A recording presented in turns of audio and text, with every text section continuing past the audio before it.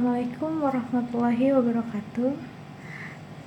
Saya Mailan Mulika dengan NIM 25050101020 dari Program Studi Komunikasi kelas KM 201. Pada kesempatan kali ini, saya akan mempresentasikan tugas pendidikan Pancasila yang berjudul Krisis Moral di Media Sosial, Fenomena Breakbaiting and Bandwagon Effect pada kolom komentar TikTok. Media sosial saat ini telah menjadi bagian dari kehidupan sehari-hari masyarakat, terutama generasi muda. Namun, perkembangan media sosial tidak selalu membawa dampak positif. Salah satu fenomena yang semakin sering ditemukan adalah konten yang sengaja memancing kemarahan publik atau yang dikenal sebagai clickbaiting. Apa sih clickbaiting itu? Clickbaiting adalah strategi yang digunakan oleh konten kreator untuk sengaja memancing kemarahan, kontroversi, atau perdebatan agar mendapatkan perhatian dan interaksi yang sangat tinggi. Semakin banyak orang marah dan berkomentar, semakin tinggi pula peluang konten tersebut menjadi viral. Akibatnya, sebagian kreator lebih mengutamakan popularitas dibandingkan tanggung jawab moral dalam membuat konten. Selain itu, banyak pengguna media sosial yang ikut memberikan komentar negatif hanya karena mengikuti opini mayoritas tanpa melakukan penilaian secara kritis. Fenomena ini dikenal sebagai bandwagon effect. Kedua fenomena tersebut menunjukkan adanya penurunan etika komunikasi dan nilai moral dalam ruang digital. Apa itu bandwagon effect? Bandwagon effect adalah kecenderungan seseorang untuk mengikuti pendapat atau tindakan mayoritas. Di TikTok, fenomena ini sering terlihat ketika pengguna langsung ikut menghujat seseorang hanya karena melihat komentar teratas yang bernada negatif.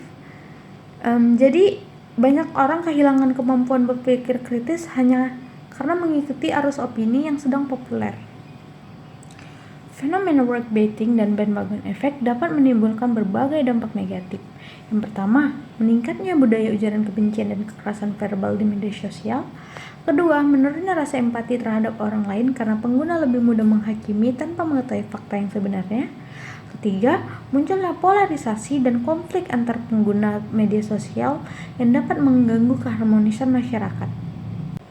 Kedua fenomena ini bertentangan dengan nilai-nilai Pancasila pada sila kedua, yaitu kemanusiaan yang adil dan beradab.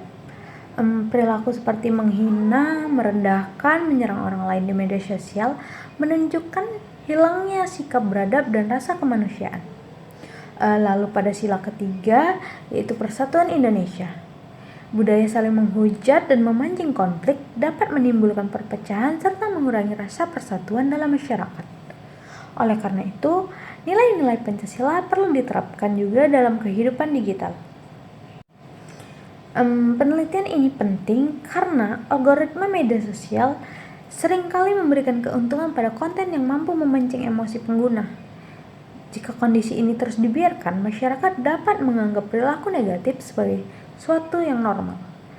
Generasi muda berisiko kehilangan etika dalam berkomunikasi dan semakin mudah terpengaruh oleh provokasi yang beredar di media sosial. Ada 3 solusi yang dapat dilakukan. Pertama, solusi preventif, yaitu meningkatkan literasi digital dan kemampuan berpikir kritis agar masyarakat tidak mudah terpengaruh oleh konten provokatif. Kedua, solusi korektif, yaitu mendorong pengguna untuk melaporkan konten yang mengandung ujaran kebencian dan sengaja memancing konflik. Untuk solusi yang ketiga, yaitu solusi regulatif, yaitu mendorong platform media sosial untuk memperketat pengawasan terhadap konten yang terbukti merugikan masyarakat.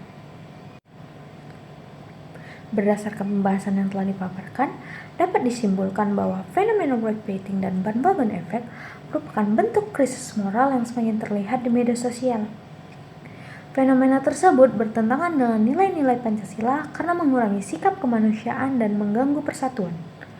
Oleh karena itu, diperlukan literasi digital, kesadaran masyarakat, serta kebijakan platform yang lebih baik agar ruang digital menjadi lebih sehat dan beretika. Baik, sekian presentasi yang dapat saya sampaikan. Terima kasih atas perhatiannya. Mohon maaf apabila terdapat kekurangan. Wassalamualaikum warahmatullahi wabarakatuh.